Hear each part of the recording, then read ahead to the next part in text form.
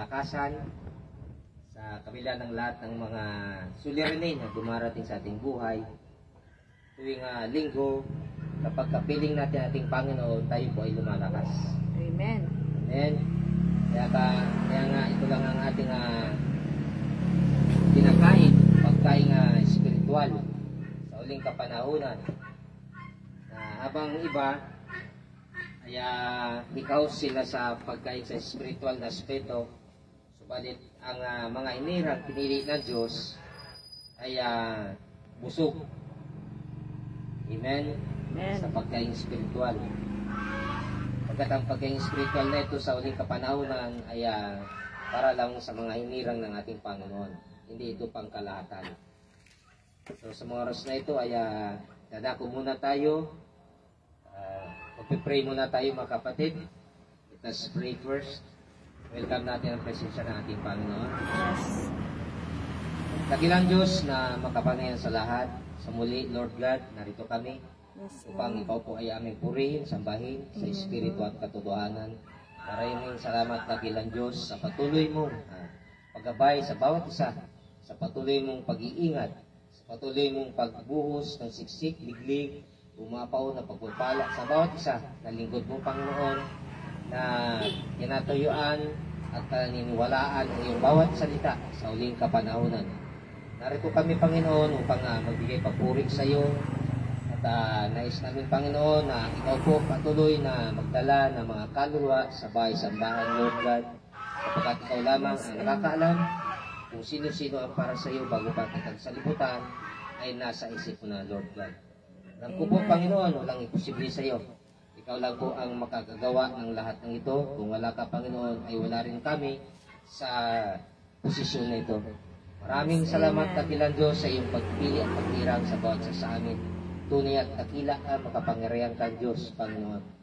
Ikaw lang po ang aming inasahan, Panginoon. Ikaw po ang Diyos na makapangyarihan sa lahat. Wala kang katulad, Panginoon. Ikaw po ang hari ng mga hari, Panginoon ng Panginoon.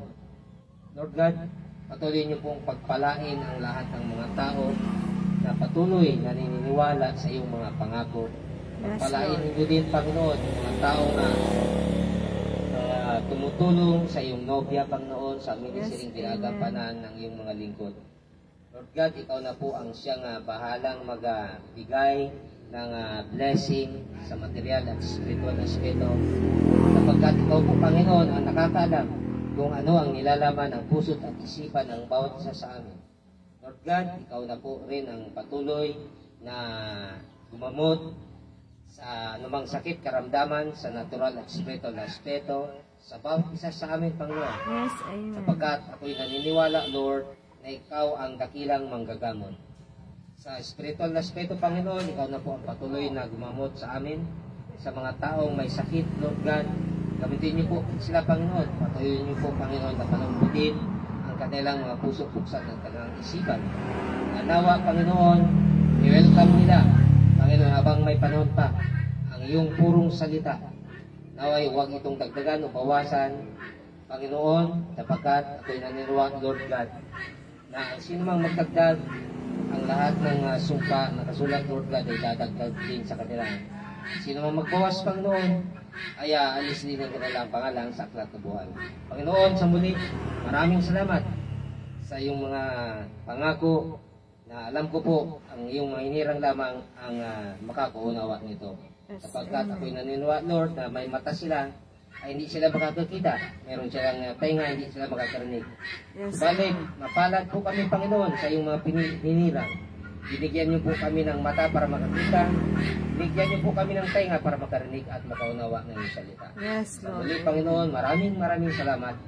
At patuloy niyo pong gabayan din ang bawat sa amin. Lalong-lalo na, Panginoon, ang aking kapwa-lingkod na si Pastor Lopez of God. Patuloy niyo pong ingatan at gabayan sa kanyang pangangaral at patayin ang kanyang mga pamilya, mahal sa buhay, kanyang mga anak, mga kaibigan, Panginoon. Ganoon din po, Panginoon, ang ating pamilya at mga mahal ko sa buhay, mga kaibigan, na patuloy na umaalalay, tumutulong sa ministering ginagampanan ko, Panginoon. Maraming salamat sa muli, Panginoon. Kaya ang awitin na ibibigay namin sa iyo, awitin panlangit, ay sa iyo namin binibigay. at itinataas, Lord God, sa iyong dakilang pangalan, sa pangalan ng Panginoong Kristo, na aming Diyos at tagapagligtas, ang lahat ay magsabi ng amen. Palakpakan natin ating Panginoon. Glory to God. Sa mga oras na ito ay magbibigay tayo ng awitin sa ating Panginoon. Awitin natin Panginoon na glory to His name. Wala yung song leader natin. So, ang inyong lingkod na naawit. Hallelujah. Bahala na si Lord. Down at the cross where my Savior died, down where for cleansing from sin I cried, there to my heart was the blood applied. Glory to His name. Glory to His name. Glory to His name. There to my heart was the blood applied. Glory to His name. I am so only saved from sin. He so sweetly abides within. There at the cross where He took me in. Glory to His name. Glory to His name. Glory to His name. There to my heart was the blood applied. Glory to His name. Oh, precious fountain that saves from sin, I am so glad I have entered in. There Jesus saves me and gives me clean. Glory to His name. Glory to His name. Glory to His name. There to my heart was the blood applied. Glory to His name. Come to this fountain so rich and sweet. Cast thy poor soul at the Savior's seat. Blessed today and be made complete. Glory to His name. Glory to His name. Glory to His name. There to my heart was the blood applied. Glory to His name. Hallelujah. Praise the Lord.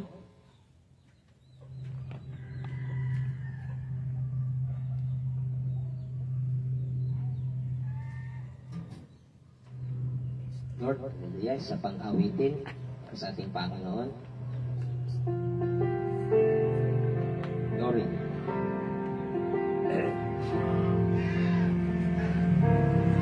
I am thinking of the rapture and our blessed hope on high, when the redeemed are gathering in.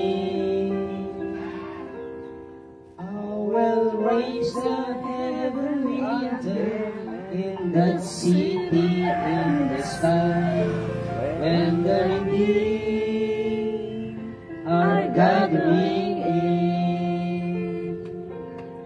When the redeemed are gathering in, was like snow and free from all sin.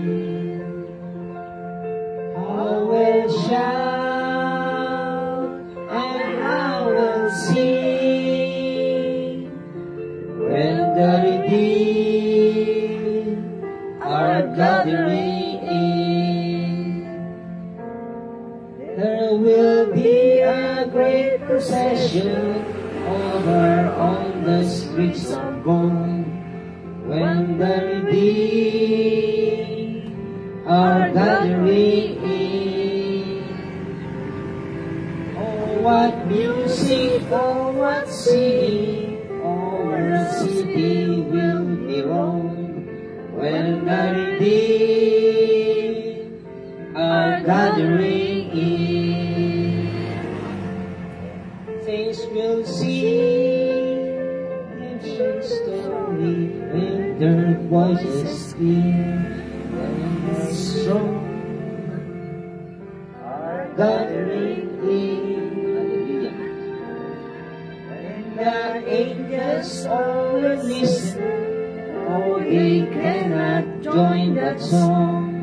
When the redeemed are gathering in. When the redeemed are gathering in. Was like snow and free from all sin. I will shout and I will sing when the redeemed are gathering in. The Savior will give orders to prepare the banquet hall, and the redeemed are gathering in. And will hear His invitation, "Come ye blessed of the Lord," when the redeemed are gathering in. When the redeemed are gathering in. Was like snow and free from all sin. I will shout and I will sing when the redeemed are gathering in. When the redeemed are gathering in. Was like snow and free from all sin. I will shout and I will sing when the redeemed are gathering in. Redeemed are gathering in. The redeemed are gathering in. Praise the Lord. Hallelujah. Napakasarap umawit sa ating Panginoon. Amen. Tato tayo sa pang-awitin, mga kapatid.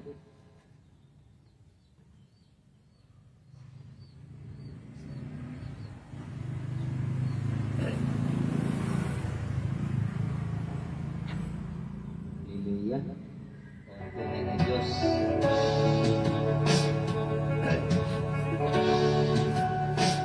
Halika, O Diyos, ang aming alay ay pagsamba, panawanhatian, buong karangalan, kapangyarihan mo'y walang katulad. Ikaw ang tunay na Diyos, Ika'y walang katulad, Ika'y nag-iisa, Ikaw lamang, wala nang iba. Sa'yo ang aming awit, dinggin ang aming tinig, isisigaw sa buong mundo.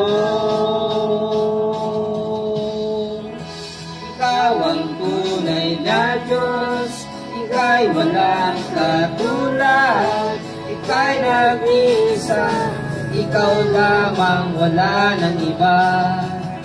Sa'yo ang aming awit, dinggin ang aming tinig, isisigaw sa buong mundo.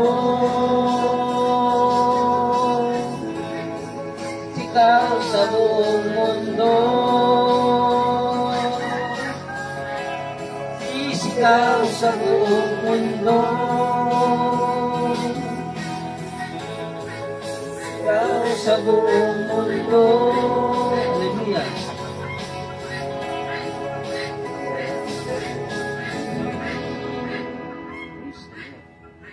Kadakilaan mo.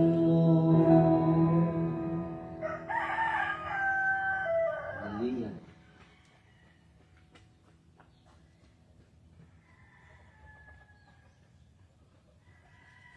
Sa pangawitin na iaalay natin sa ating Panginoon, Pusong Dalisay. Glory to God.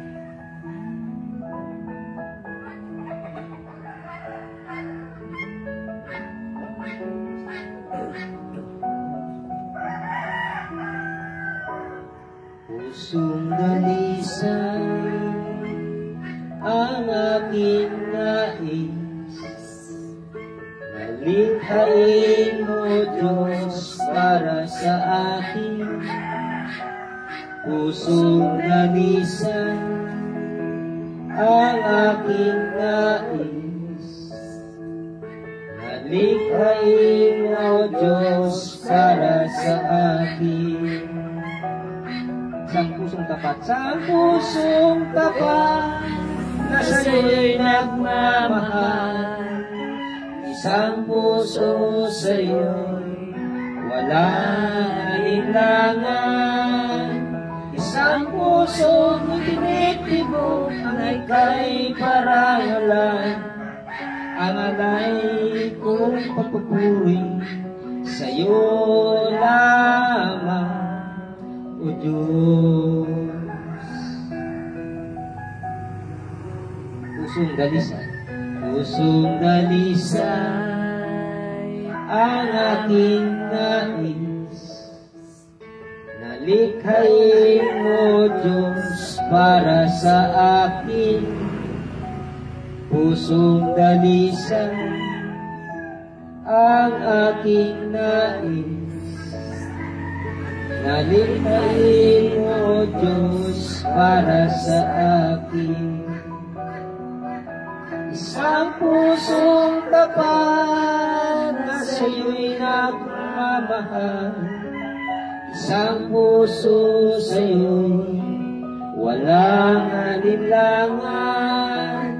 Isang pusong tinitibok ang ika'y parangalan. Ang alay kung napupuri sa'yo lamang, O Diyos. Isang pusong tapat na sa'yo'y nagmamahal. Isang puso sa'yo'y walang alinlangan. Isang pusong itinitibok ang ika'y parangalan. Ang araw kong pagpupuri sa'yo lamang, O Diyos. Glory to God. Ang alay kong pagpupuri sa'yo lamang, O Diyos. Ang alay kong pagpupuri sa'yo lamang, O Diyos. Napakasarap mga kapatid ma-awit sa ating Panginoon. Kahit hindi tayo masyadong magaling sa pag-awit, kaya bibigay natin itong awitin sa ating Panginoon. Right? Sa pang-awitin sa ating Panginoon, samahan niya ako mga kapatid. God.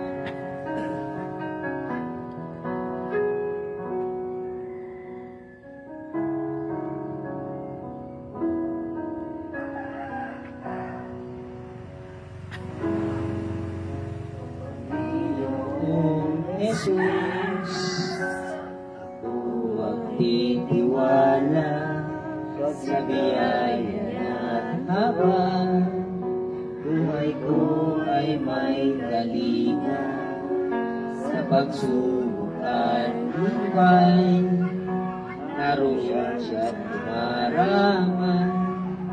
Ang Panginoo'y dapat kailan pa man. Kung ika'y nanlalamig, wala kang malapitan, para bang ang daigdig sa'yo'y pinagpasan. Alalahanin mo sana, minamahal ka niya. Ang Panginoo'y tapat kailan pa man. Hallelujah, chorus. Biyaya niya't habang sa buhay ko'y sapat, di man karapat dapat, ako ay niligtas. Pagbago niya'y di nag-iiba, di tulad ng iba. Panginoon, dapat kailan pa man. Glory. Kay nanlalamig, wala kang malapitan, para bang ang daigdig sa'yo'y pinapasan. Alalahanin mo sana, minamahal ka niya. Ang Panginoo'y dapat kailan pa man. Biyaya niya't habang sa buhay ko'y sapat, di man karapat dapat, ako ay niligtas. Pangako niya'y di nag-iba, di tulad ng iba. Ang Panginoo'y dapat kailan pa man. Alalahanin mo sana, minamahal ka niya. Ang Panginoo'y dapat kailan pa man. Ang Panginoo'y dapat kailan pa man. Ang Panginoo'y dapat kailan pa man. Hallelujah. Glory to God. Sa muli, gandang hapon sa bawat isa. Amen. Tunay at dakila ang ating Panginoon. Amen.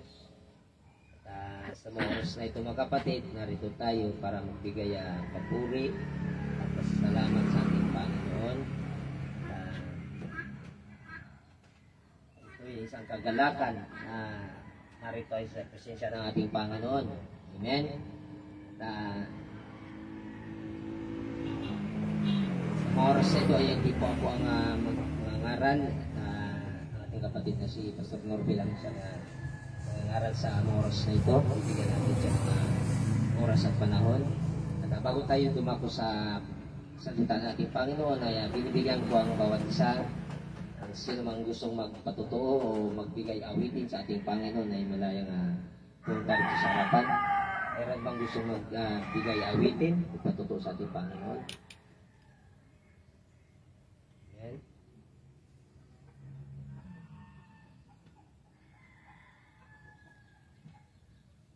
Wala. Walang magbibigay patotoo o special song. Sige, si Sister Jennifer. Lord, palagpakan natin ating Panginoon. Bray, nais ko lang pong pasalamatan ng Panginoon sa patuloy niyang pag-iingat at paggabay sa bawat isa sa atin. Thank you, Lord, na ingatan mo po kami sa daan. At salamat din, Lord, sa mga pagsubok na nariyan kapalagi ng ating isa.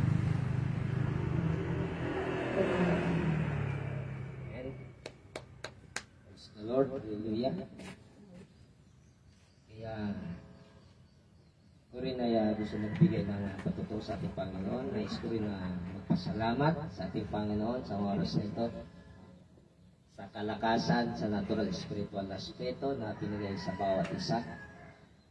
Hindi tayo mga kapatid nagkakasakit. Alam ko po na ating Panginoon tunay na siya po ang ating manggagamot. Pinoprovide ng ating Panginoon ang lahat ng ating mga kailangan sa natural spiritual na aspeto.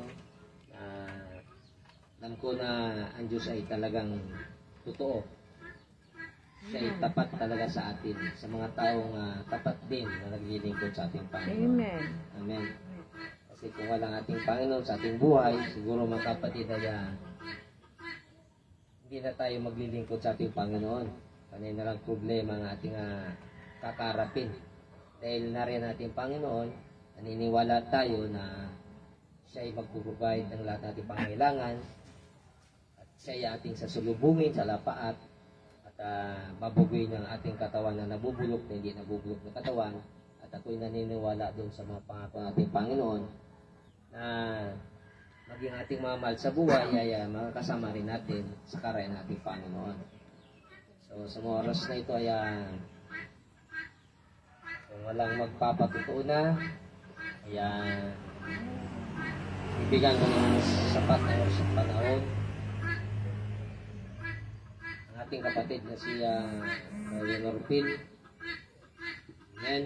Praise the Lord. Palakpakan natin ating Panginoon.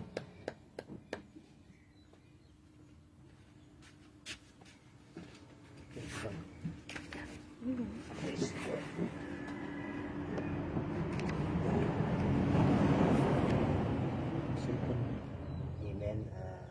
Sa muli, shalom sa bawat nobya ni Kristo. Amen.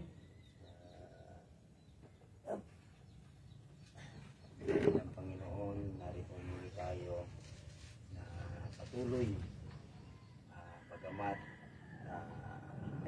buwanan tayo.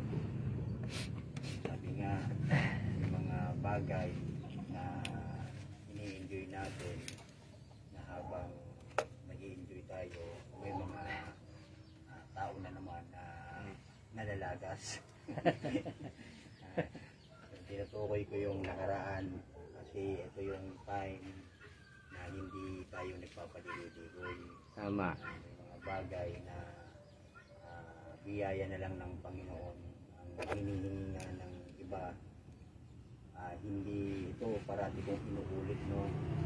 Sinasabi na hindi tayo nagpipilit bumuo ng isang sama-sama. Tama. Kung hindi pinanganak tayo na sa pamamagitan ng isang Espiritu by one Spirit, Yes. we are all baptized into one body. Right. So we become a body of Christ sa pamamagitan ng Holy Ghost baptism. Amen. Naging bahagi tayo, hindi natin pinilit na lumoy. Hindi natin sariling kagustuhan na magkaisa.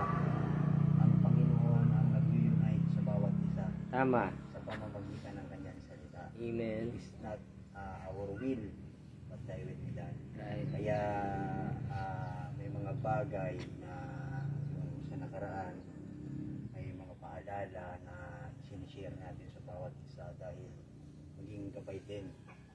Hindi pare-parehas yung pagkakaabot natin sa maturity, pero still napaka-gracious ng Panginoon. Same tayo rin mabiyaya din for those who are believing this message.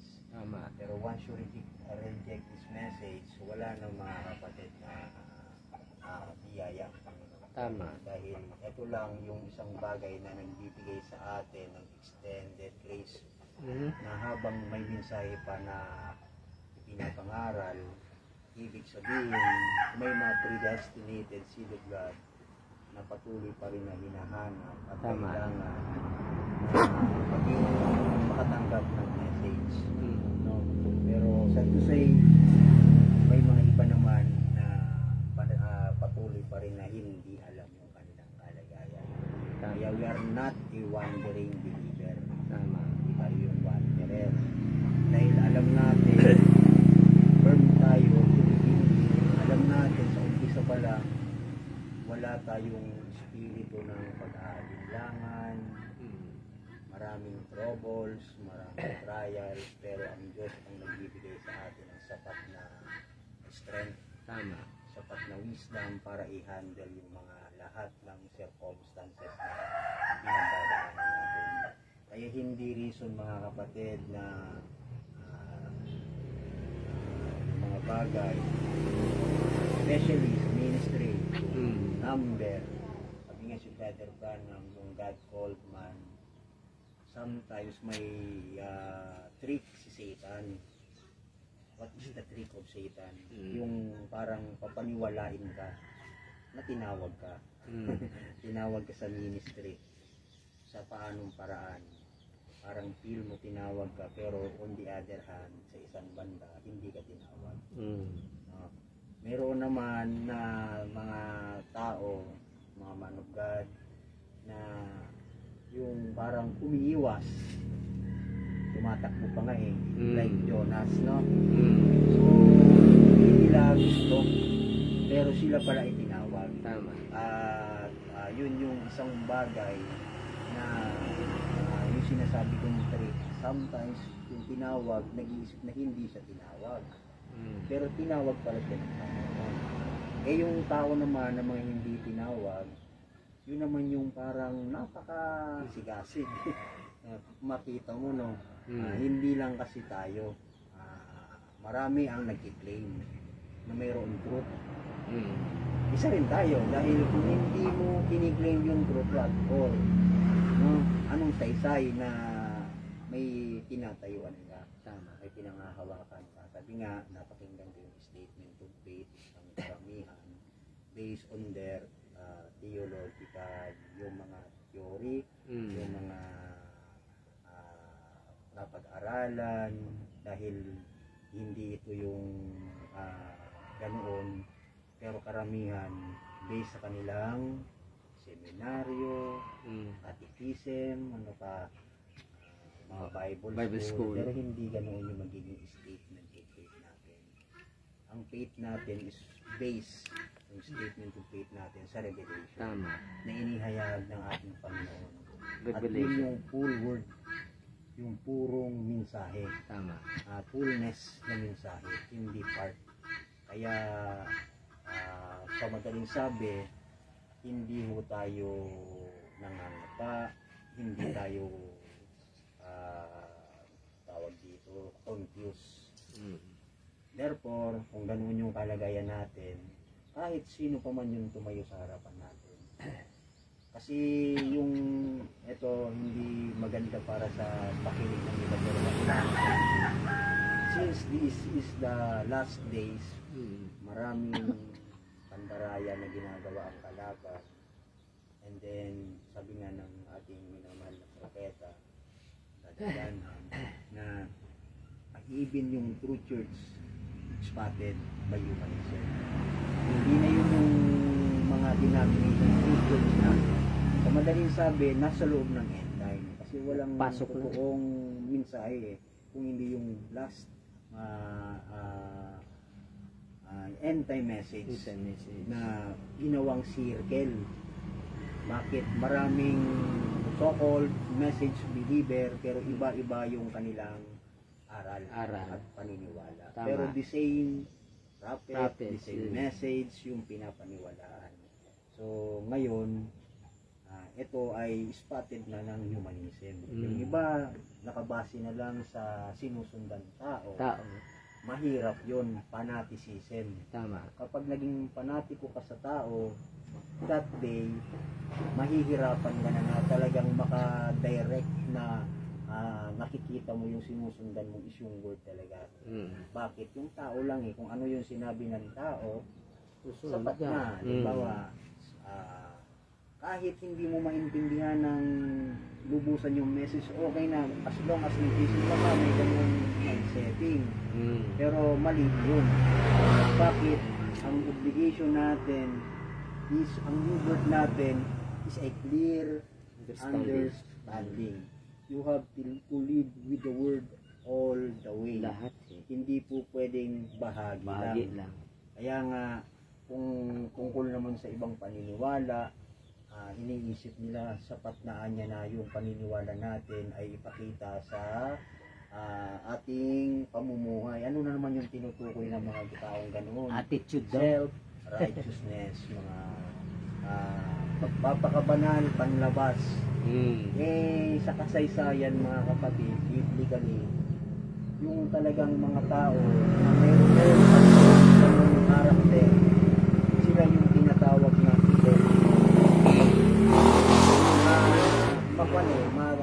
matigas na pananalita pero ito ay totoo. Tama. Mga hypocrisy. Bakit? They are having a form of godliness. Tama. But denying the power thereof. So wala sa kanila yung kapangyarihan. Bakit? Wala sa kanilang speaking power. Which is the word na nabubuhay sa atin. Walang iba. Yun yung nagbibigay buhay. Tama. Yun yung nagbibigay kapangyarihan sa atin. So madali sa kanila yun dahil sa umpisa pa lang praktisado yan. Mga sinasabing Pharisees and Sadducees, based on their belief, alam nila yung law of Moses kasi doon sila namulat. And they are trying to abide doon sa kanilang nakamulatan. Pero pagdating ng kanilang designated time na hindi na talaga yun yung talagang naaangkop na minsay sa kapanahunan nila, na-overlook na nila. Bakit sila ay living in a glare? Nakabase na sila sa nagdaang mensahe kung saan hindi na nila nakikita yung kasalukuyan. So, yun yung hard na matigas na pananalita, sabi nga ni Brother Branham, na ito yung bahagi kung saan kakatapos lang yung week, no? So, maraming mga nagsasakripisyo. Pero ang hinihingi lang ng ating Panginoon, sumunod lang sa Kanya. Hindi na kailangan gawin kung ano yung ginawa niya. Tama. Kasi kung kailangan pang gawin yung ginawa niya, para bang papakita natin na mas magaling tayo sa ating kayang pantayan. No? Parang papakita natin na hindi pa tayo nakontento. Tama. Sinabi niya it is finished. Kung tinapos na niya yung work of redemption, tama, yung gawa ng pagtubos, ay hindi mo na kailangan ulitin yun. Dahil wala nang kabuluhan. Useless. So parang ganun, ay katampalasanan na yun. Blasphemy. Alam mo na mali, ginagawa mo dahil iniquity. Parang sincero ka feel na feel mo. Pero mali pala. Kailangan kong saktan yung aking sarili, kailangan kong magsakripisyo dahil ito ay ginawa ng ating Panginoong Jesucristo. Pero sincere ka dun sa ginagawa mo, pero mali. No matter how sincere you are, but if you are trying a service, to do a service without the will of His God, will, yes, or out of the will of God, you are doing God a service na wala sa kanyang kalooban. Tama. So, masakit pa rin yung masaklap. Magkakaroon ka doon ng tinatawag na great disappointment. Bakit? Sa pag-aakala na naglilingkod ka sa Kanya. Tama. Pero kailangan mong alamin yung totoong kalooban ng ating Panginoon. Tama. And then, isang bagay, once we are called to become a servant or a minister of God, in the first place, ang kailangan muna natin na magkaroon ng experience kagaya ni Moses. Kung paano, by his own experience, yun yung tinatawag na new birth.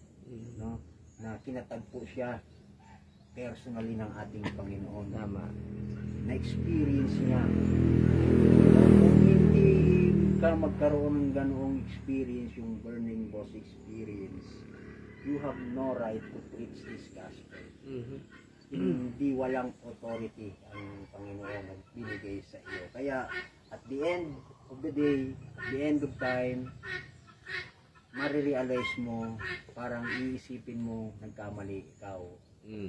Sa mahabang bahagi ng ministeryo na ginampanan mo, kung ikaw ay hindi firm sa iyong katawagan, kaya nga biblically, know your calling. Tama. And election. Election. So So kapag hindi mo alam yung iyong katawagan, yung pagkapili sa iyo na hindi sigurado, so ang mangyayari, pag ganun-ganun ka. Tama. Parang water lily ka dito, ngayon na andito ka sa isang fellowship, the other Transfer. time, sa ibang pagkakataon, pupunta ka na naman, lilipat ka na naman, hahanap ka na naman, walang contentment. Pero hindi ganoon yung nature ng totoong believer of Christ. Kasi tayo, tama naman na may experience tayo na hindi pa natin dati nakikita na uunawaan yung message, pero hindi pa ulit-ulit. Dahil kagaya nga nung pagtubos, no, yung redemption, isang beses ka lang tutubusin eh. Tama. From the pawn shop, tinubos ka. Sabi nga, the atonement, pag naihain na, wala nang ibang ihahain. Tama. Hindi ka na po pwedeng babalik doon sa pawn shop para magpatubos ulit. Hindi pa balik-balik. Walang ganoong programa ang ating Panginoon. Tama. Kaya, sa mga ganoon, hindi mo kailangan na palipat-lipat, sabihin mo, nabuksan ka, tapos makakita ka naman ng ibang pagkakataon na may opportunity, maglilipat ka na naman, then iba naman yung statement mo. Tsaka mahirap, mga kapatid, na magpa-identify sa tao. Ang identification ng isang bride of Christ ay soul. Tama. Kay Kristo. Once you are identified with Christ, the word through Christ, sa pamamagitan ni Kristo, established ka. Rooted sa iyo ang salita. Tama. Hindi ka mauuga. Ano man yung pagdaanan mo. Hindi ka titinag. walang question mark sa isip mo or puzzle na parang hindi mo mabigyan ng conclusion. Kaya nga nagkakaroon ng mga ganoon dahil sa isang bagay. Ano yun? Motives, and objectives. Tama. Ang kailangan natin, if we are doing God a service, we must first check our motives Tama. and objectives. Kasi may mga ganoon, ang iniisip nila, parang ginagawa nilang business yung ministry, no? Akala nila, once ako ay maging isang minister, magiging akong popular, magiging magaan itong job para sa akin. It is not that way. Hindi ganoon, no? Tama. Hindi yun yung paraan ng Panginoon. Akala nila parang ikaw ay hihiga sa tinatawag na pedo process, no? Walang magiging pagsubok. Hindi rin ganoon. Malinaw sabi ng prophet niya na the storms, cloudy skies and storms of life is not a sign of God's disapproval. May mga pagkakataon marami kang pinagdadaanan. Tama. May mga pagkakataon sa paningin ng tao ay hindi ka ordained. Pero you must go on pa rin dahil alam mo, tuloy it is lang. only between you and God. Tama. Pag may pinapagawa ng specific work sa iyo ang Panginoon, ang Diyos lang ang nag-commission sa iyo at alam mo yung pinapagawa sa iyo, go on ka lang. Tama. Kasi darating yung time, ang Diyos ang mag-vindicate, siya ang mag-bless sa bawat totoong lingkod. Tama. Kaya mahirap mga kapatid na hindi mo talaga priority yung word. Dahil kung talagang galing ka sa salita, priority mo yung word. Tama. Pero kung hindi ka galing sa salita, Chupwera. pangalawa na lang. Maraming reasoning. Ano yon? Pag sinabing reasoning, definitely hindi yan galing sa Panginoon. Mga alibis. Diba? Mga excuses. Sa hapong ito, gusto kong mag-share depende sa leading ng ating Panginoon. Dahil tayo naman mga kapatid, nagagalak lang na bilang lingkod ng Panginoon, magpapagamit, hinahayaan natin kung ano yung flow higil sa atin na revelation, yun lang yung may express sasabihin natin. So, sa hapong ito gusto kong magbasa ng mga ilang scriptures from Genesis and John, First Timothy. Unahin natin sa Genesis chapter 1, 26 and 27. Sabi dito, and God said, let us make man in our image, after our likeness, and let them have dominion over the fish of the sea, and over the fowl of the air, and over the cattle, and over all the earth, and over every creeping thing that creepeth upon the earth. Tagalog, at sinabi ng Diyos, lalangin natin ang tao sa isang larawan, sa ating larawan, ayon sa ating wangis, at magkaroon sila ng kapangyarihan sa mga isda, sa dagat, at sa mga ibon, sa himpapawid, at sa mga hayop, at sa buong lupa, at sa buong umuusad, at nagsisiusad sa ibabaw ng lupa. Verse 27, so God created man in His own image. In the image of God created He him. He him, pero male and female. Created He them. Parang kalagayan natin. We are in, pag sinabing bride of Christ, it is a singular, right? But it is composed of many membered body. Dito naman, sabi dito, he and him, pero sila ay them. May female and male. Sa John chapter 1 verse 1, in the beginning was the Word, and the Word was with God, and the Word was made flesh. And the Word was God, and the Word, sa verse 14, was made flesh and dwelt among us. Amen. Tagalog, ng pasimula, siya ay berbo, at ang berbo ay sumasa kanya, o sumasa Diyos, at ang berbo ay Diyos. At nagkatawan tao ang berbo at tumahan sa gitna natin. Last scripture, 1 Timothy chapter 3:16. And without controversy, great is the mystery of godliness. God was manifest in the flesh, justified in the spirit, seen of angels, preached unto the Gentiles, believe on in the word, receive up into glory. So yung subject ko sa hapon ito is yung the masculine and feminine designation of Christ. So ito yung mystery that was revealed. This is the third full message. Bakit? Same thing with our Lord Jesus Christ in His time.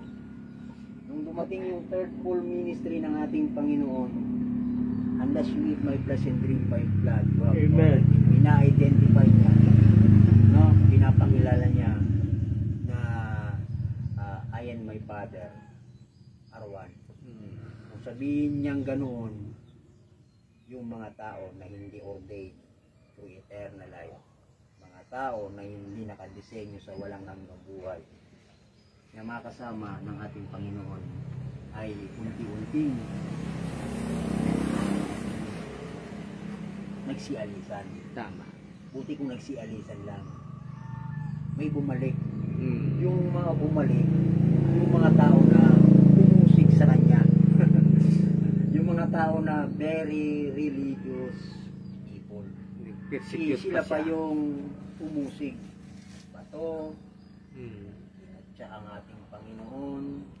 Isipin mo, ano yung mga kanilang mga paratang. Sabi nila, ikaw anyag, ganito ka lang, kilala kita. You are not more than 50 years old. Tapos sasabihin mo na, before Abraham was, I am that I am. It is a very, hindi nila matanggap yung gano'n eh. Kasi alam na alam nila yung tungkol sa paniniwala nila. Pero may mga bagay na sabi nga, ito yung perfect interpretation ng word during their time.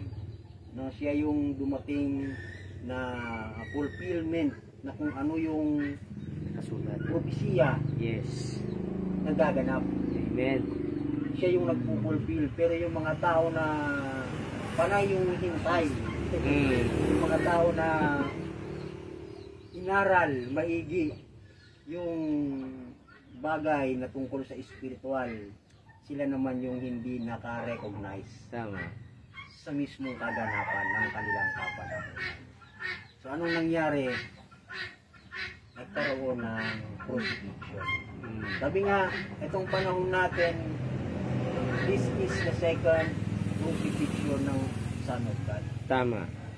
Therefore, kung may second crucifixion, may indictment. We as a bride, ordain ng ating Panginoon, sabi ng ating propeta, alam natin, we have the rights to indict those people na nagkakaroon ng mga ganoong ginagawa. Ano yun, yung mga so-called, mga nagtutwist. Tama. No? Marami kasi yung first crucifixion sa panahon ni Jesus literal. Sa panahon naman ng second crucifixion, this is the second crucifixion of Jesus Christ.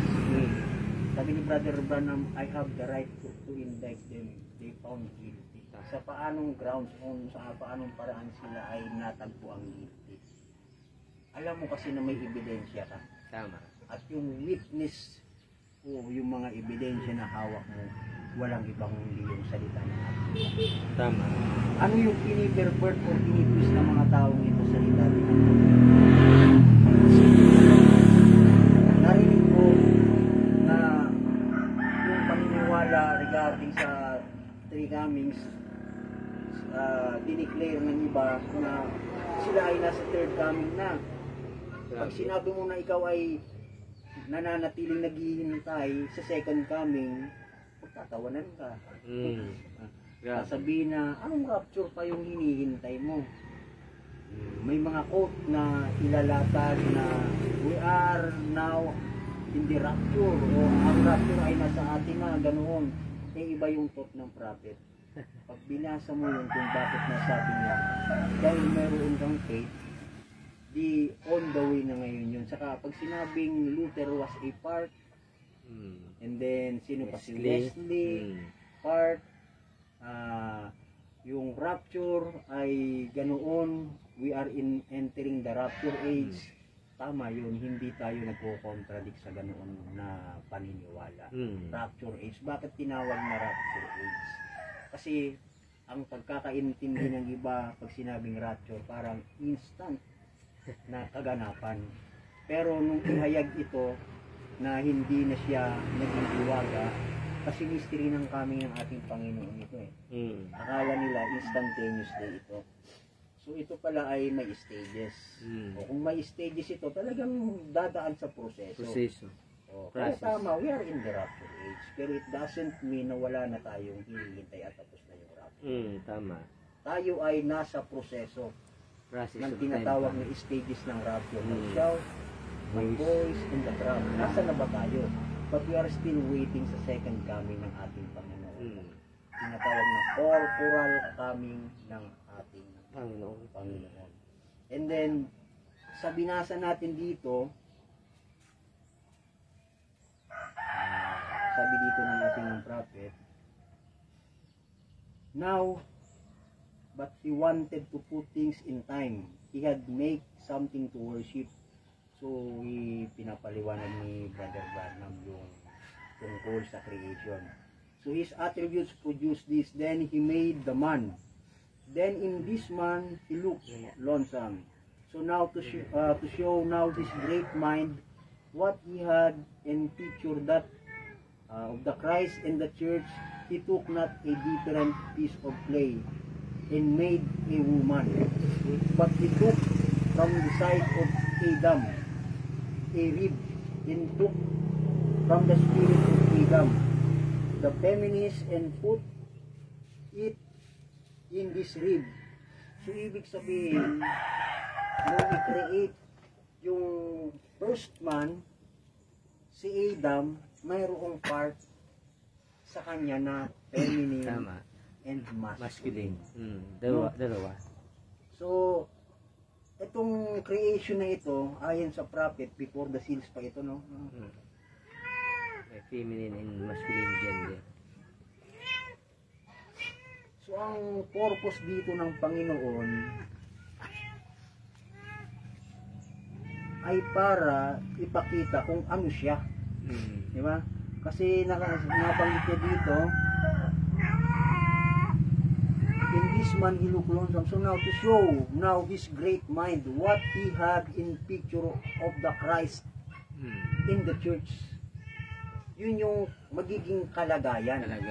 Pre-figure. No? May pinagkuhanan, may pattern. Kaya nung sabihin na let us create man in our own image, after our own likeness. Hindi mo maiintindihan kapag hindi una sa iyo revealed yung Godhead.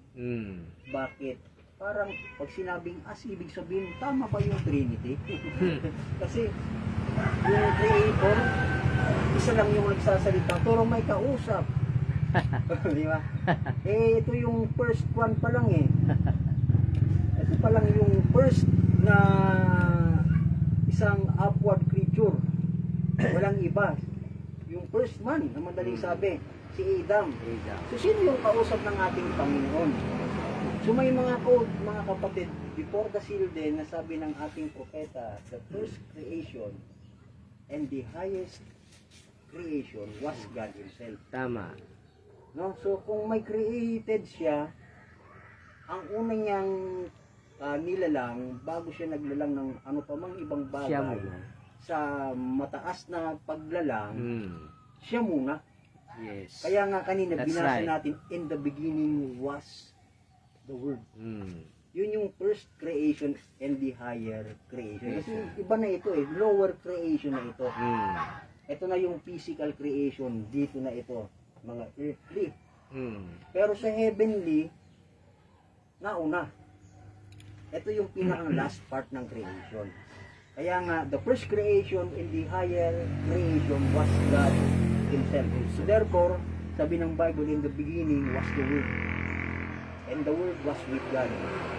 Kaya, sa before the seal na quote, mga kapatid, hindi natin nirarumble ito.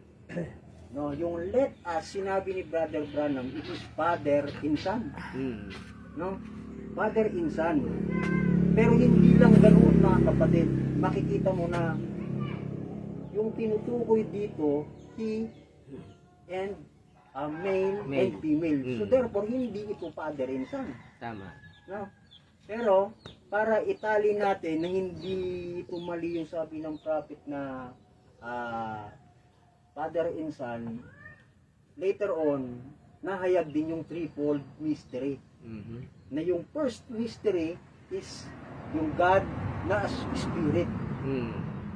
Yung firstfold manner to reveal Himself. Tama. Ano yon? Inihayag muna niya yung kanyang sarili. Hindi mahayag yung kanyang sarili kung hindi siya mag-word made flesh. Tama.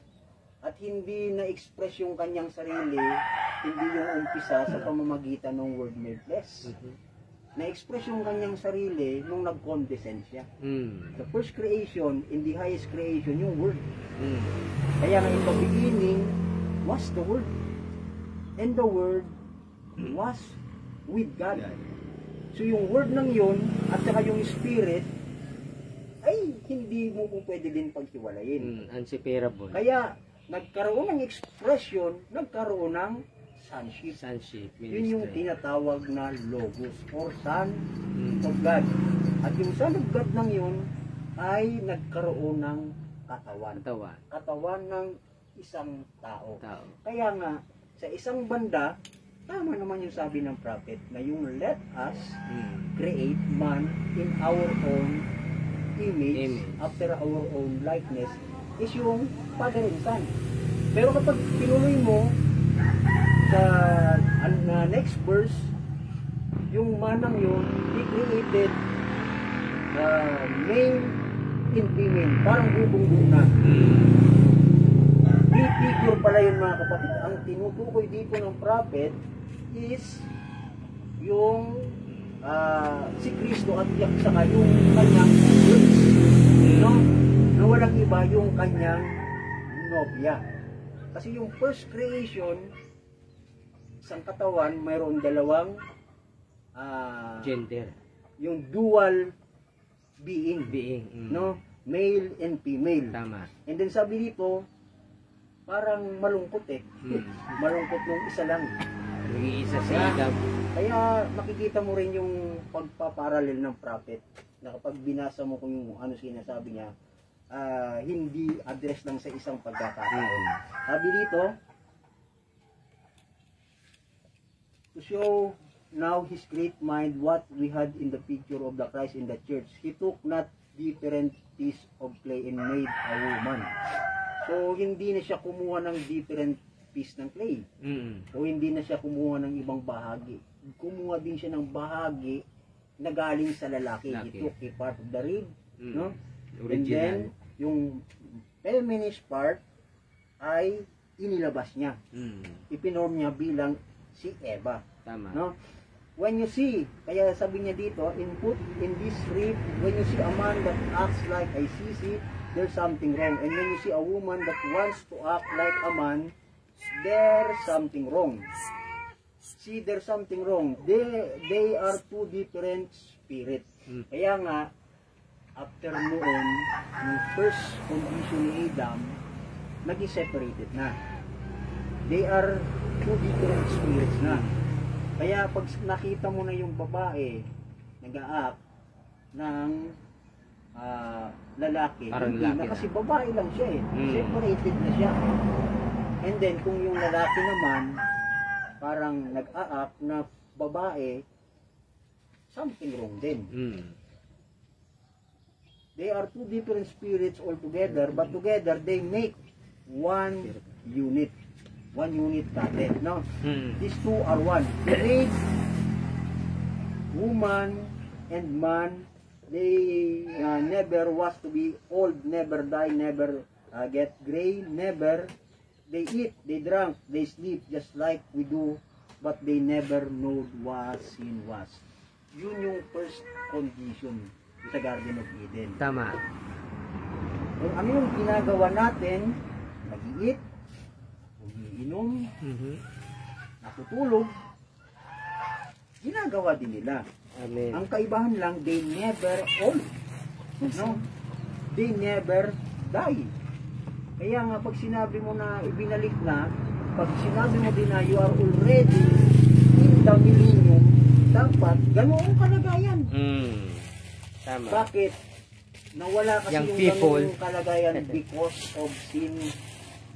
No? Tama. Nung pagkahulog sa kasalanan, Fallen condition. nagkaroon ng kamatayan, nawala lahat yung mga bagay ng Diyos. Nasira lahat. So, ang purpose ng Panginoon kung bakit may millennium kasi may ibinigay sa kanila na kasunduan. The day you eat thereof, The day. that day you will die. Eh hindi sila nabuhay sa loob ng isang araw. Ang ginawa nila ay nagkaroon sila, nagpartake sila. Nagkaroon si Eva ng unbelief. Tama. Na-disobey sa Disobedience. kalooban ng ating Panginoon. Tama. And then, being a weakest or weak part, weaker Vessel. part, Weaker weaker vessel, yung babae, nahulog sa kasalanan. Tama. No? Pero si Adam being a original product, and si Eve yung byproduct, si Adam hindi totally siya nadaya. Tama. Kaya ganoon din mga kapatid yung sample. Yung first Adam, hindi siya nadaya. Tama. Pero nahulog din siya sa kasalanan because of giving his wife Partake siya. So dahil hindi siya totally yung nadaya, nagkaroon ng falling condition. Yung first na kalagayan nila, before the fall, they are co-equal. Tama. Pantay. Pantay. Kung ano yung rights, authority. After na Parehas. sineparated sila kasi bakit galing sila sa isang katawan? Tama. Kung anong katawan ng pinanggalingan ni Adam o ng katawan ni Adam, naandun din si Eve. Therefore, kung ano man yung authority meron siya, Ganon din ganun siya. din yung byproduct niya Tama. before the fall. Pero after the fallen condition, dahil nahulog na sa kasalanan, it was yung babae, yung nasa transgression, nagsalansang, nagkasala, siya yung totally nadaya, hindi si Adam. And then sabi ngayon,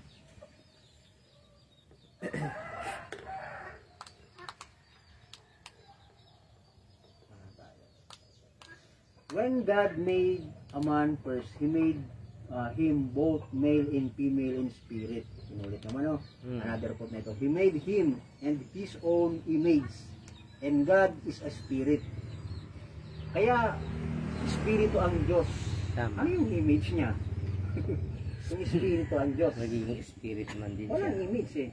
Pero nung Na makita. nagkaroon siya ng tinatawag na word form, yun, meron na siyang image Makikita mo na.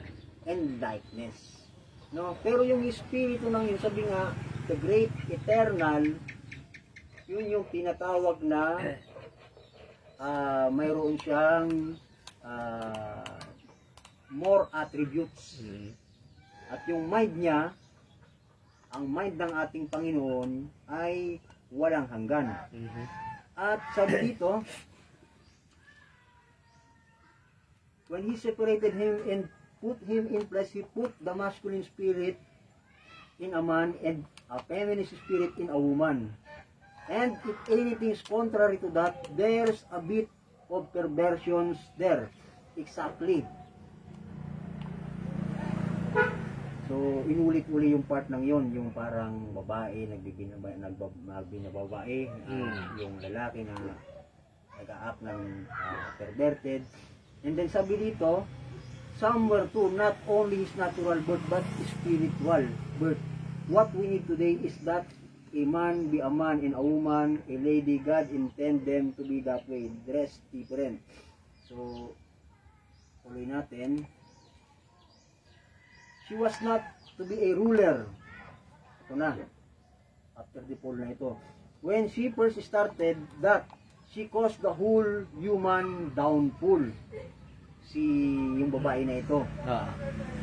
Nagkaroon na ng pagpapasakop. No more co-equalness after the fall. Bakit siya yung nag-cause ng whole human na mahulog? And even if she was the cause of the fall, and then God taken her up and brought life back into the world through Christ by the woman. Kaya kung paano, mga kapatid, nag-cause by the woman, no, sa pagkahulog, sa pamamagitan ng woman nahulog sa kasalanan. Amen. Ang ginawa naman ngayon ng ating Panginoon by the woman din. Diba? Through virgin birth Through woman naman. Ibinalik. God taken her up and brought life back into the world through Christ by the woman. But nowhere was woman ever permitted to be a minister in the church. Tama. Yun naman yung pagpupusisyon kung bakit walang babae na pinahintulutan.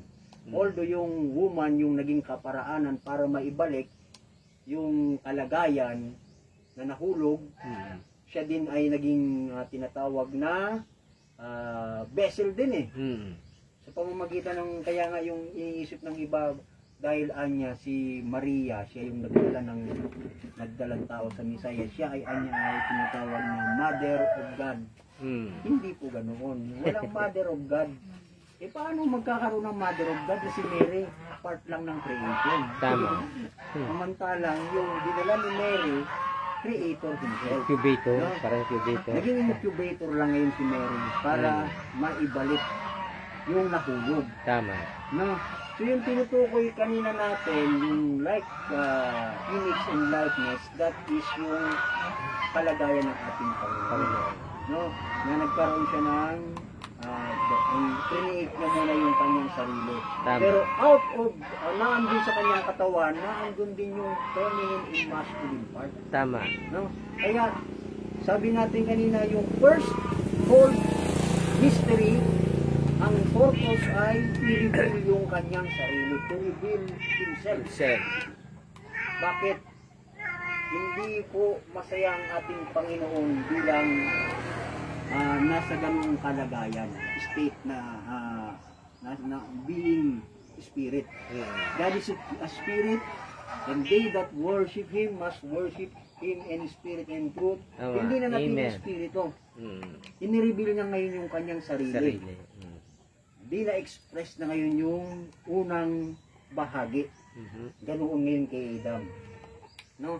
nung na-express yung first-fold manner, no, yung first-fold mystery, sumunod ngayon na inihayag, ni-reveal nung nagkaroon, yung sa threefold mystery, to reveal himself completely, and then, ano na, ipinurd out niya ngayon yung lahat ng nasa kanya kay Jesus. Una. And then, yung part ng katawan na ngayon, mayroon doon tinatawag na feminine and masculine part. Tama. Diba? Parallel. Mm. Yun yung prefigure. May pinagkuhanan. Tama. Si Adam. Mm. Let us create. Ito pala si Jesus yung first-fold mystery. Mm. First-fold mystery yun. Na he revealed himself. Tapos, in that body mga kapatid, naandun yung kanyang bride. Mhm. Yung sabi dito, what a beautiful type to what God did at Calvary. He took Christ, kinuha niya si Kristo, and connected him with the church through right-hand side. He brought the blood that cleansed the person, that sanctifies the flesh of the church, and put the spirit of the living God that he took off the cross there, out of Christ, and puts out into the individual. Same thing. Sa pamamagitan, kung napansin nyo, may lumabas na tatlong elemento sa katawan ni Kristo. Tama. Water, blood, and spirit. So, ganoong kalagayan, si Adam, galing sa kanyang katawan, galing din yung espiritu ni Eva. So, ngayon naman, si Jesus naman, yung espiritu ng ating Panginoon, galing kay Jesus. Tama. Kaya nga, if the spirit that raised up Jesus Christ from the dead lives in you, He will also quicken your mortal body. Tama. That is the quickening power. Pag Amen. sinabing quickening power, dati ikaw ay nasa kalagayan ng ikaw ay patay. Patay. No? You are dead. To be made alive. Tama. Ng quicken. Ano yung nangyari after the falling condition? Nahulog sa kasalanan, lahat tayo ay come short sa glory ng ating Panginoon. Therefore, hindi ka man literal na patay ka. Bakit? You have no fellowship with God. Tama. Pero nung Eternally ibinalik ngayon sa iyo separated. ng Panginoon, ano yung kalagayan na ibinalik sa iyo ng Panginoon, yung ginawa kay Eva, nilagyan ng kinuha yung rib part, nag-form ng katawan, nilagyan ng espiritu galing kay Adam. Same thing ngayon sa church or sa bride. Yung katawan ng bawat bride of Christ ay anong nangyari? Nag-indwell yung espiritu ng ating Panginoon. At the same spirit yun, no? Hindi ibang espiritu. The same spirit na ini-raise up si Jesus Christ from the dead. Tama. Kaya tayo ay na-quicken. Kaya kung sasabihin man natin na ito ay 16 elements pa rin, by that same spirit that raised up Jesus Christ from the dead, nagikang flesh of his flesh, bone of his bone, nagikang literally katawan ni Kristo. So ngayon, nakabalik ka na ba sa condition? Kung ano yung nawala, ibinalik na sa iyo, yun ngayon yung pino-point out natin kung bakit we are co-equal with God. In authority kasi, sabi nga, ask what you will. No? Sa third full ministry mga kapatid, ang last part, you have the power to express. Sabihin mo lang. Express into existence. No? Kailangan mo lang salitain. Eh, anong mangyayari? Kapag sinabi mo, pag it came to pass, or it come to pass, nakabalik ka na sa ganitong kalagayan kung saan yun yung naiwala. Diba? Sabi dito, He took off the cross there and out of Christ and puts it into the individual, then they are one. Naging isa Sana. ulit. They become one. Christ and you are one. Dati, isa. So, Tama. naging dalawa.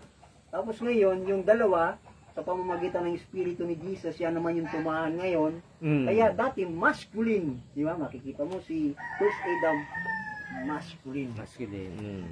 Ngayon, yung second Adam, na nasa forma ng bride, feminine. Feminine. Di ba? Same spirit. Nabaliktad. Then they are one, they become one. Christ and you are one. And you and your husband should be one. If there's anything contrary, then there's something wrong with your union. Kapag may bagay na kumukontra, ay hindi ka nagkaroon ng pakikipag-isa sa salita. Tama. Wala sa iyong salita. No? And there's anything contrary with us to Christ, we don't believe His word. Say, oh, that was for the other days. There is something wrong with our union with Him. If you say days of miracles is past, kaya nga even yung mga bagay, no, yung mga bagay, miracles, divine healing, Mga sign and wonders. ay hindi mo po pwedeng sabihin na sa nakaraan lang. Bakit? Ibinalik na ng Panginoon yung kung ano yung nawala. Tama. Yung abstract title deed. No?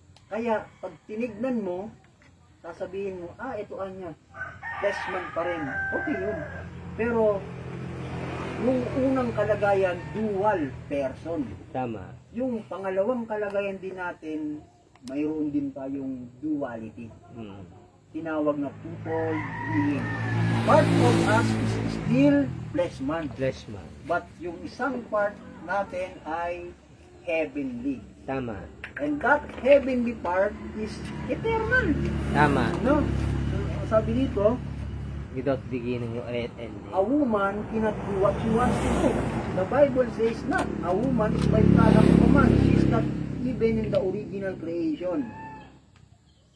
She was took from a man. Man was both feminist and masculine.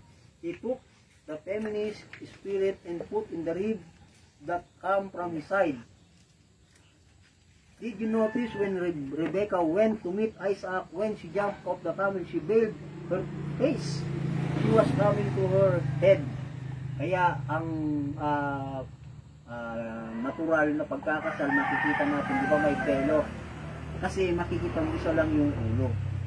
Hindi tayo nagre-recognize ng dalawang ulo. Tama. Isa lang ang ulo. And we as a bride of Christ, we became a body. No? Connected sa head. Tama. Tayo ay katawan, isang katawan na. They don't know it.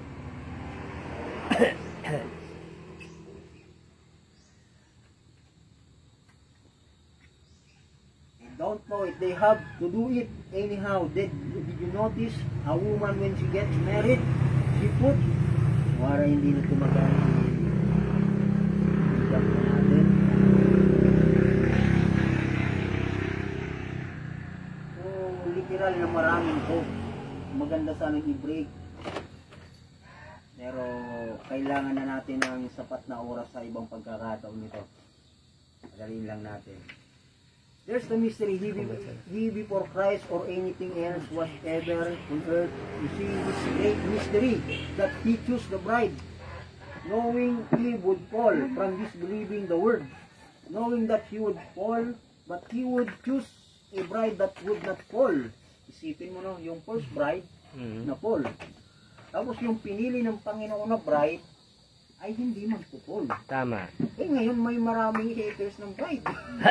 Ayaw ng bride. Ayaw niya ng bride. Bakit? Lumis niya after ng propeta. Hindi ganun mga kapatid. Hindi yung Christ bride. That would hold to that word regardless of what all the rest of the world had to say about it. They would hold to that word. They are predestinated to stand there. Kaya yun yung sinasabi ko, very firm tayo. Ano man yung sabihin ng iba, wala tayong pakialam, kaya Tama. tayo. Mm. Kahit ikaw na lang yung matira, Mm. wala ka pa rin pakialam. Bakit?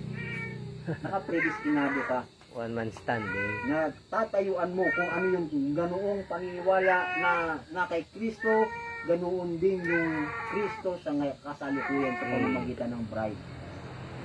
Sabi dito, now, you see his secret, what to restore fallen Eve. She was a prefigure of the church. Ito na ngayon, prefigure ng church. And now notice, and God opened up the side of Adam and took out Eve by his own flesh and blood to feminist and put it in Eve, took the rib from the under his side and Eve out of it. So God the same thing, taking out of the side of Christ the blood and the water, and Christ is the Word, taking the Word and making up his church. Pinaparallel kung paano yung first Eve ng same spirit, same flesh, yung lahat bones galing sa lalaki, ganoon din ngayon yung bride ni Kristo na walang iba tayo. Tama. And then sabi dito, back to himself again, redeemed by the blood that was come from his body.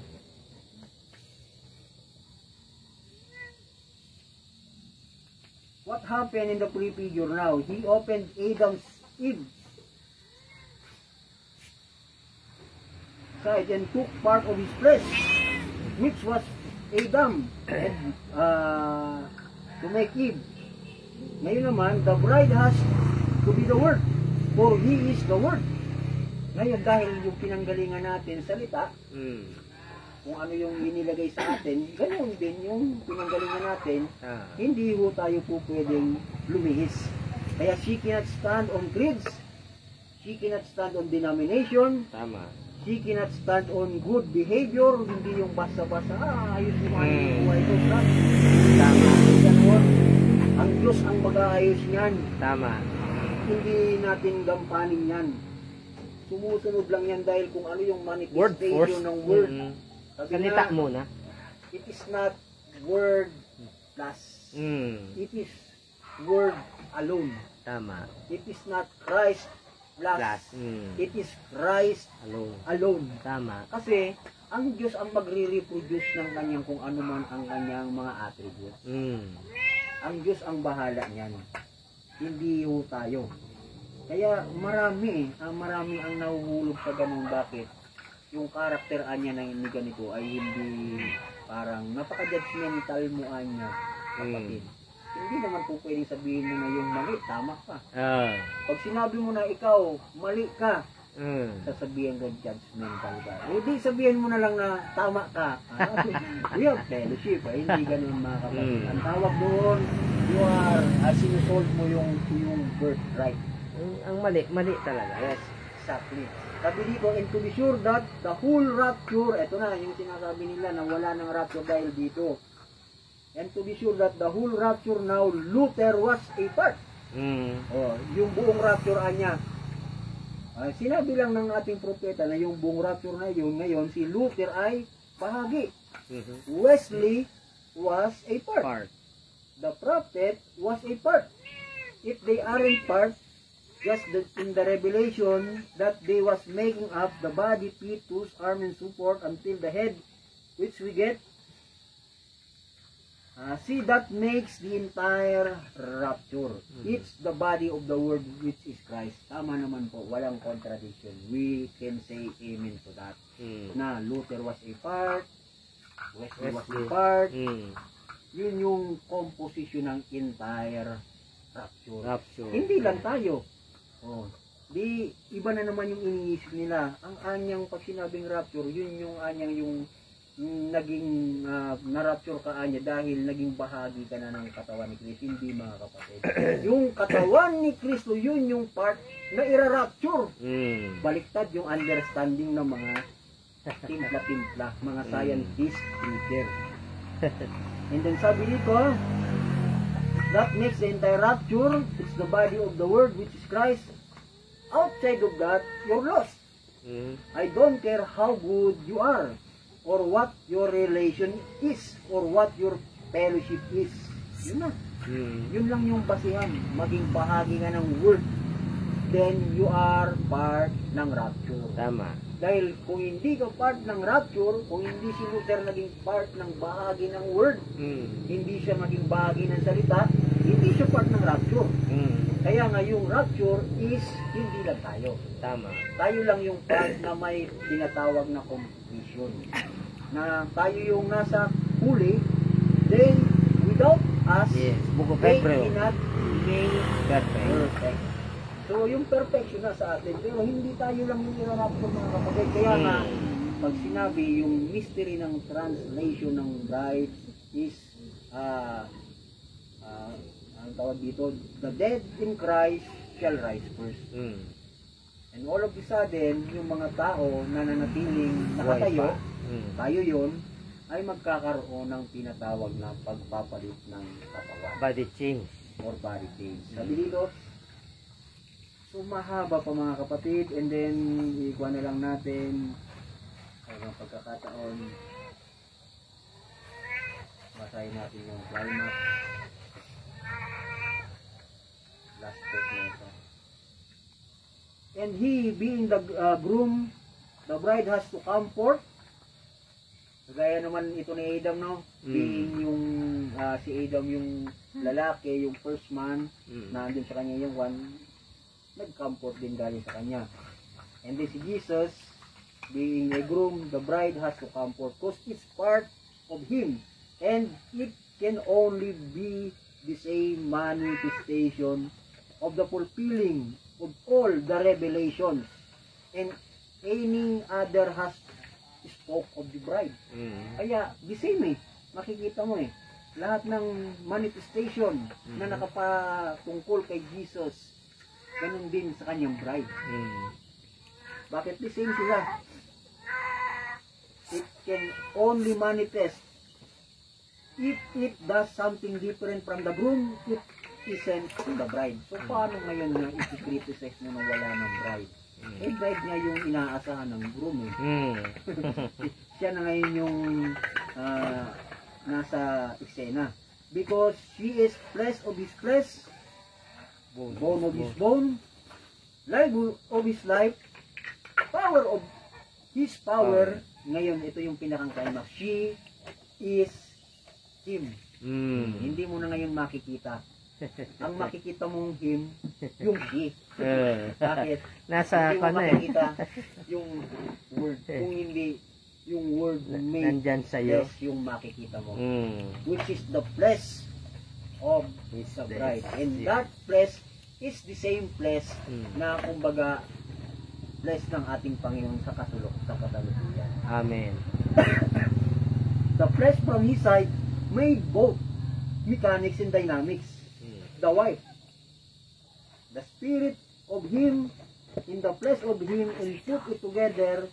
Ito na, yung flesh and spirit, di ba? Walang ibang flesh na naging flesh ng ating Panginoon, yung flesh ng bride. Tama. Yung spirit ng bride, yun yung spirit ng ating Panginoon. Kapag pinag-isa mo ngayon yun, ito na yung sinasabi, and put it together and made mechanics and dynamics. Yun na ngayon yung mechanics and dynamics. So 6:04 na at dito ko na tinatapos. God bless you all. Okay.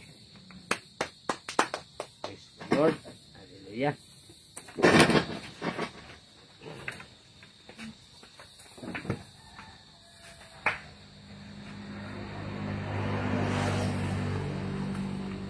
Praise be to God.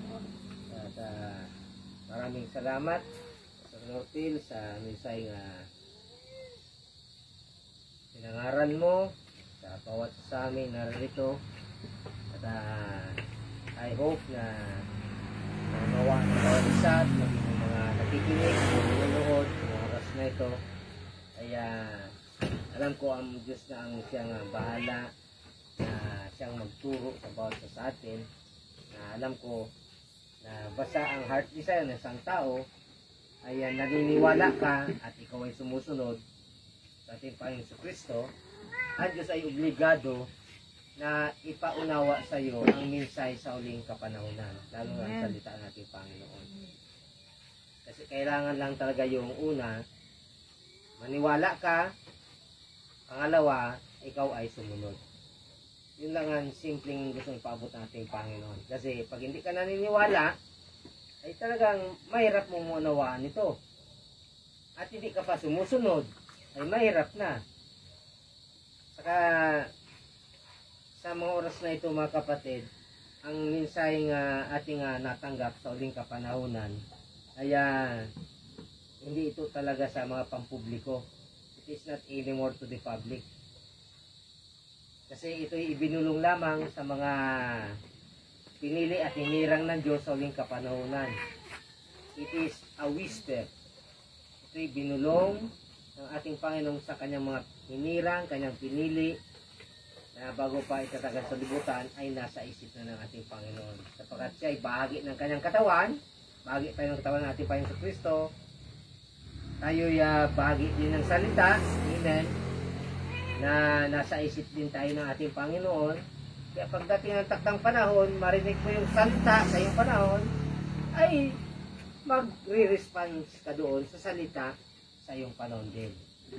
Kaya yung mga tao, mga kapatid, na hindi talaga para sa Diyos, ay hindi talaga magre-response sa salita ng Diyos sa kanyang panahon.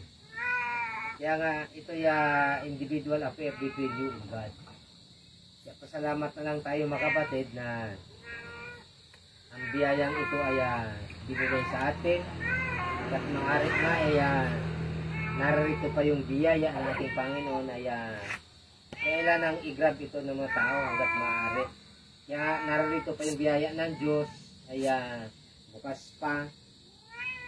Kasi nga di natin alam kung sino yung pinakahuling binhi ng ating Panginoon.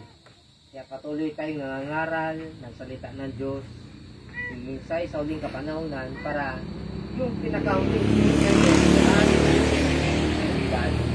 pagtatagpuan na and the rapture will go. Sasalubungin na natin ating Panginoon sa lapaap.